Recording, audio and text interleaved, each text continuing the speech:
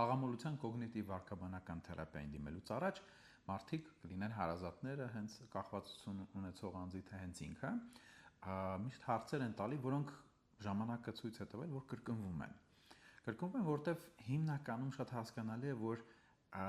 թեմաները, որոնք անհանգստացնում են հարազատներին եւ հենց կախվածություն ունեցող անձին, դրանք բոլորի մոտ նույնն են, անկախ նրանից, թե կախվածությունը որքան ժամանակավոր արդեն կա, ինչ կերպ է դրսևորվում, ինչպիսի հետևանքներ է մինչ այս պահն ունեցել, եւ այդ հարցերից մի քանիսը ես առանձնացրել եմ, որպեսզի այս տեսանյութում կիսվեմ ձեզ հետ, որովհետև նկատել եմ, որ շատ ժամանակ այսպես տեսանյութով ավելի հարմար է լինում մարդկանց այդ հարցերի պատասխանները ստանալ, որտեղ կարող են ուղղակի պաուզա սեղմել կամ նորից միացնել, լսել։ Դրա համար մտածեցի, որ այսպես ավելի լավ կլինի։ Ամենաառաջին հարցը սովորաբար որ տալիս են, քանի սեսիա պետք կլինի, որպեսզի մարդը բուժվի։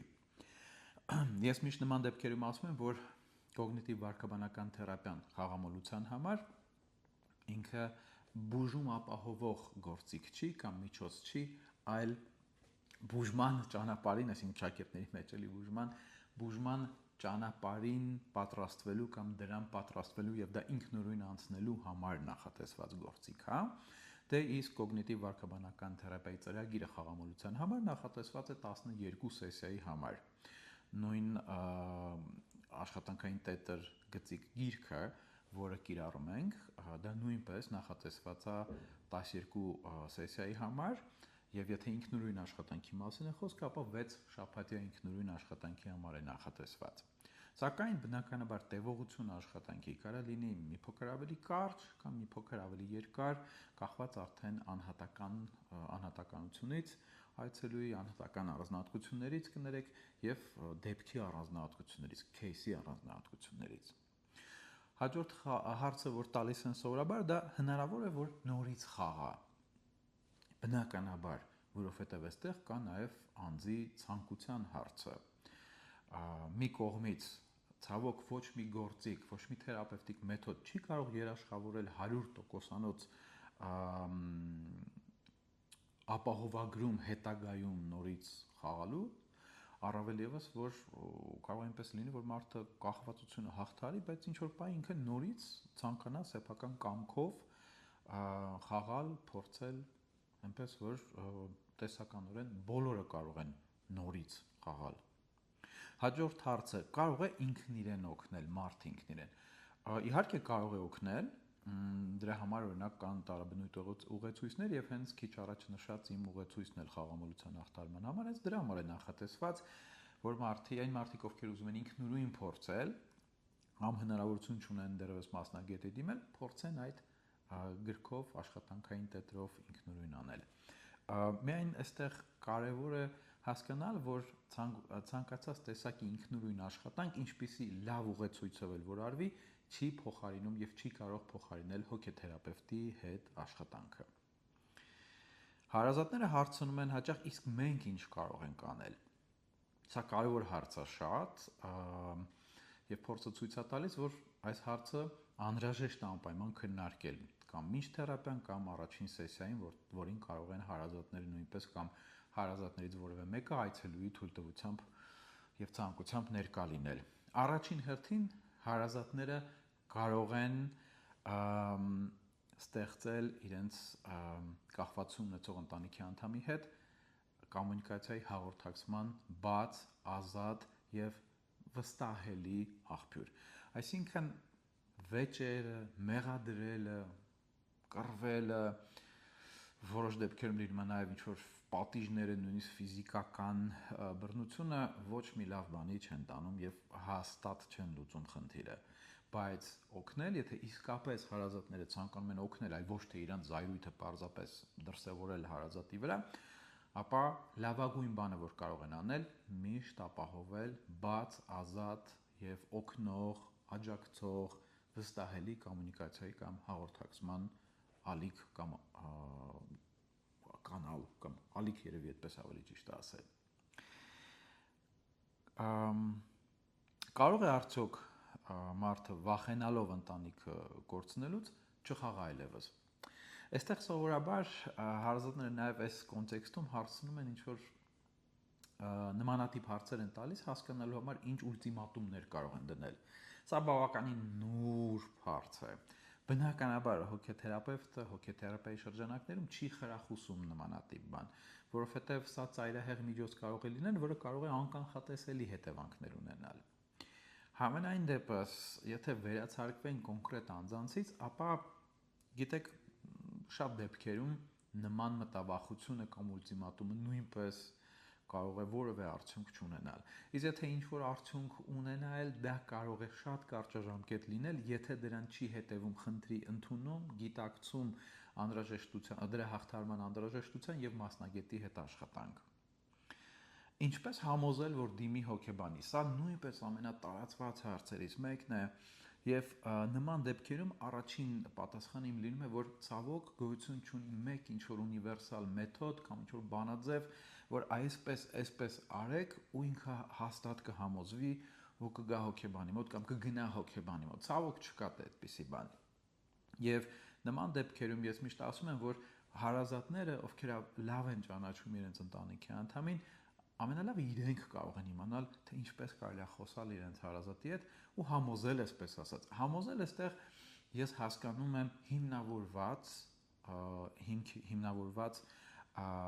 համոզել, այսինքն որ այսպես արժի անել, որովհետև A, B, C խելամիտ փաստարկներ, իրատեսական ակնկալիքներ եւ այլն։ Այո, ցավոք չկա մեկ ինչ-որ ընդհանուր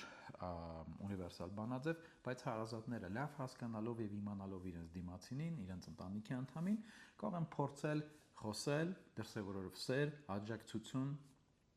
կարող են փորձել բացատրել, օգնել, կարող են դրա համար օգտվել տարաբնույթ մասնագիտական գրքերից, ուղեցույցներից, ավելի լավ ներկայացնելու համար, որ հա, տես, սա խնդիր է, սա լուծվող խնդիր է, սա ինչ-որ այնպիսի բան չի, որը վերջ, էլ չես կարող հաղթահարել, որ հա մենք քեզ կօգնենք, մենք քո կողքին ենք, բայց անհրաժեշտ են այսպիսի քայլեր եւ այստեղ սովորաբար մասնագետ է պետք լինում եւ այլն։ Կարող ենք բլոկավորել հաշիվները, այդ առցանց կազինոյի կամ բեթինգի հաշիվները, որպեսզի չխաղա։ Բնականաբար դա կարելի անել, ես գիտեմ, որ երբեմն մարդիկ դժվարությունների են հանդիպում այդ հաշիվները բլոկավորելու ճանապարհին, բայց շատ հաճախ ավելի շատ բոլոր այն կազմակերպությունները, ովքեր նման ծառայություններ են մատուցում,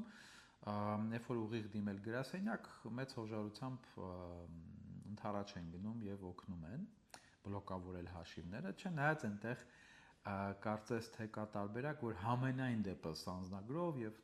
թե անձը ինքը ցանկանում է, դա կարելի է ապա բլոկավորել։ Ինչևէ, նույնիսկ եթե բլոկավորելու մասին ենք խոսում,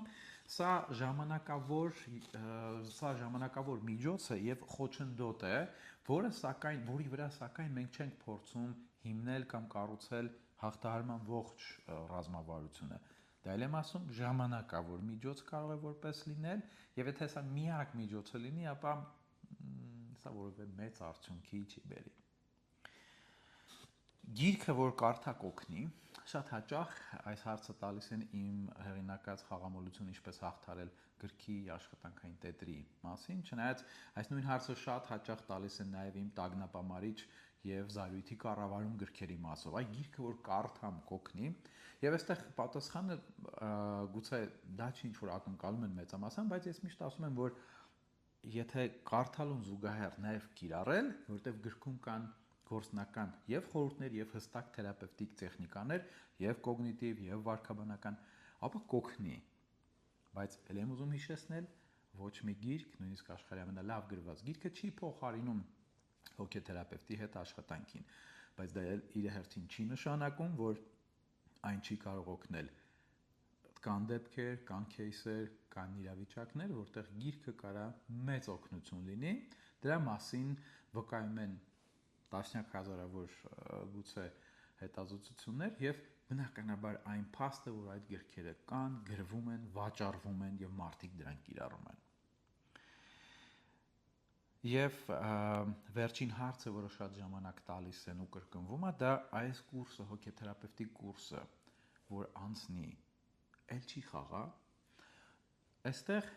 ես բաժանում եմ երկու մասի իմ պատասխանը։ Մեկը այն մի հարցի նման, հա, որ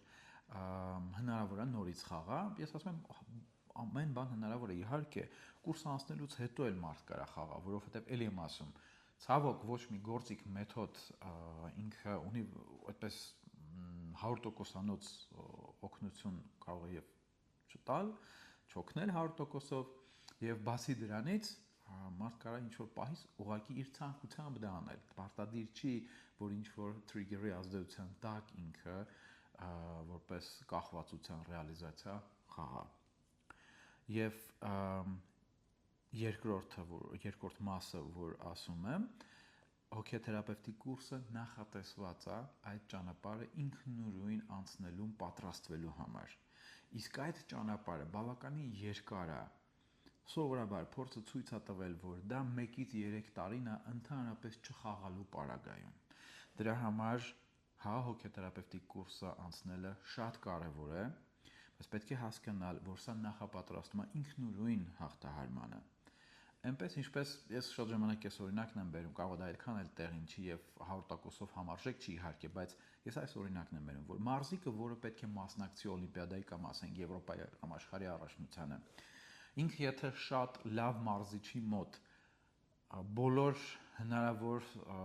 ճիշտ ձևերը պահպանելով մարզվի ջանասիրաբար, ինքը առաջին, երկրորդ, երրորդ տեղ կգրավի, թե չէ։ Դա դեռ չի երաշխիք չի, հա, իր պարապելը, լավ մարզվելը, լավ մարզիչի մոտ, որ ինքը անպայման առաջին տեղ կգրավի։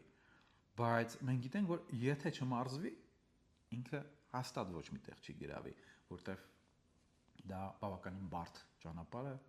եւ շատ բարձր արդյունքներ պետք է ցույց տալ առաջին տեղ գրավելու համար օլիմպիադայում կամ աշխարհի կամ Եվրոպայի առաջնություններում։ Ահա սրանք էին իմ կողմից առանձնացված հիմնական հարցերը, սակայն ենթադրում եմ կարող են լինել եւ ուրիշ հարցեր, որոնք կարող եք գրել այս տեսանյութի մեկնաբանություններում եւ ես սիրով կփորձեմ դրանց պատասխանել։